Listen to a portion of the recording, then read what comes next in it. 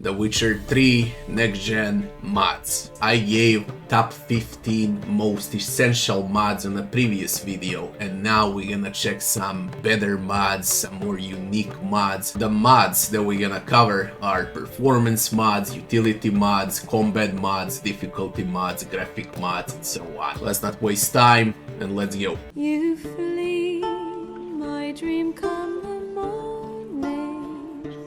Your scent, berries tart, lilac sweet.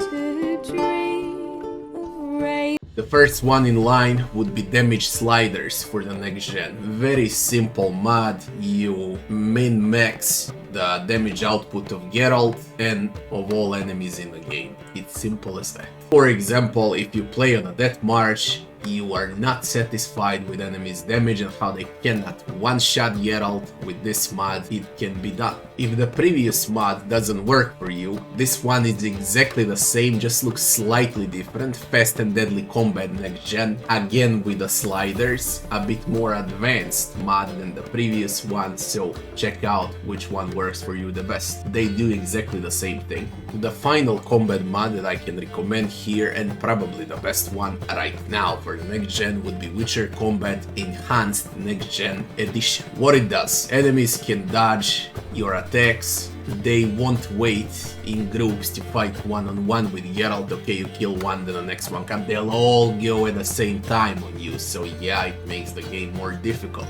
Okay, also prices will be higher in shops, enemies won't taunt you anymore, they'll just go straight for your head. This changes the game drastically in terms of difficulty. A lot of more options are in this mod, you'll need to read about it, but basically this is the best combat mod right now, so early on in next gen. Now let's go to some bug fixes and utility mods. The first one in line would be Brothers in Arms, the Witcher 3 bug fix and restored content collection for the next gen. It fixes over 200 bugs, it restores some deleted content. For the fans of the genre, for those that are gonna play the game for the second, third, fourth time, it's a very good mod. The next one is straight utility, it saves a bit of time. Fast intro, no more intro when you enter the game, you can immediately go to the menu, okay? It skips the entire cutscene and press space to advance and so on. It saves time. And the final one would be low XP from some quest fix for the next gen. Basically, you know when you receive 8 experience and you did the quest for an entire hour, that won't happen anymore. You'll receive more XP. Be careful, because you can break the balance of the game. The only way how is good to play with this, because you can get overpowered, is with enemies scaling with your level with one of the combat mods. Then it doesn't matter if you get overpowered, because enemies will follow in their level, so you won't break the game balance overall. Be careful when installing this one, you need combat mods. Straight to utility mods now. Witcher buff icons redone, next gen compatible. What it does, basically it turns stupid white icons into better looking icons like this. That's it, that's the mod. The game user interface looks better, more pleasant for the eye, call it how you like. The next one in line would be slots for the next gen, ultimate next gen slots. What it does, it gives additional slots in your skill tree, okay, but it can also break the balance of the game. It's only good with enemies level upscaling mods, okay, with combat mods, so you don't break the balance. The next one, utility mod, would be for Gwent and those that like to play Gwent. I don't like playing Gwent, but still it's worth mentioning. It's Gwent ++ revival for next gen. It slightly changes cards in Gwent, so basically you're gonna get a slightly new experience while playing Gwent in the next gen. And the last utility mod would be pin to teleport. What it does, you place a pin on a map and you teleport to a pin. Good if it's your third, fourth, fifth run, you wanna skip a lot of roaming around and just do quests. Okay, this one teleports you no matter where on the map. I would never recommend this mod for those that tend to play the game for the first time though. And for the final part, we're gonna go into graphics and performance. optimization part. The first one in line would be DLSS 251 update for the next gen. Basically, the game will work slightly better when you tick DLSS performance in video settings.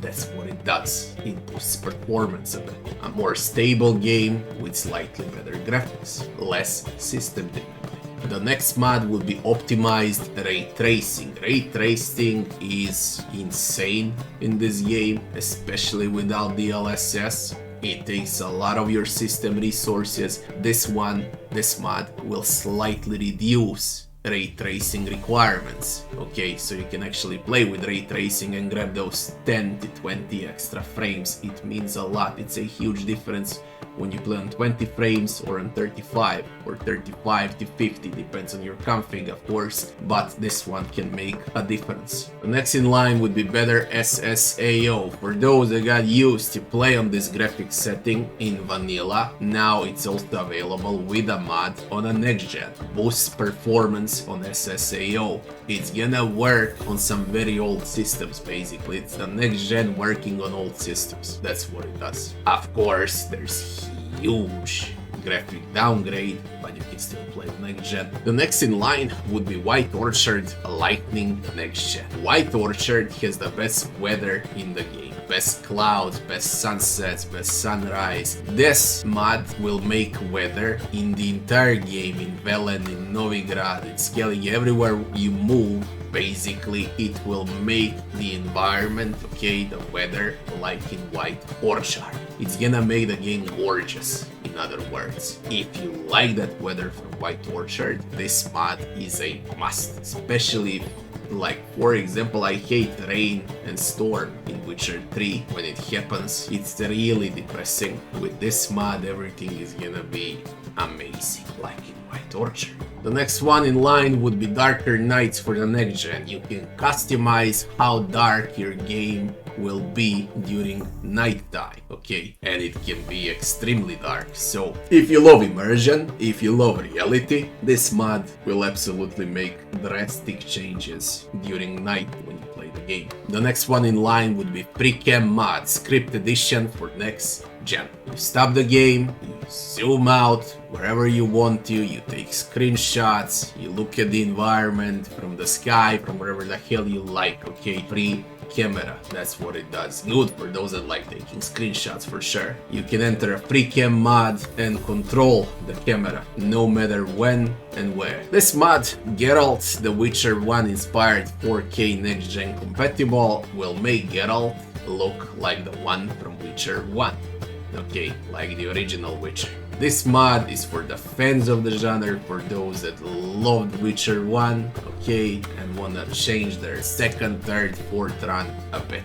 And the last mod that I'm gonna recommend for this video would be Geralt Remastered in 4K. Geralt will look slightly better, more detail on his face, basically. That's what the mod does. That would be it for those more unique mods. Again, you can check essential top 15 best most essential next gen mods on my channel also, for those that don't want to change the game drastically. The mods that I gave right now, as I said, are unique mods, graphic performance mods, some combat mods. That's about it. There are not that many mods for next gen, okay? And I extracted around 30 or so mods into videos. I hope it will work well on your next gen run. I'll be seeing you on the next one. You flee, my dream come the morning. Your scent, berries tart, lilac sweet.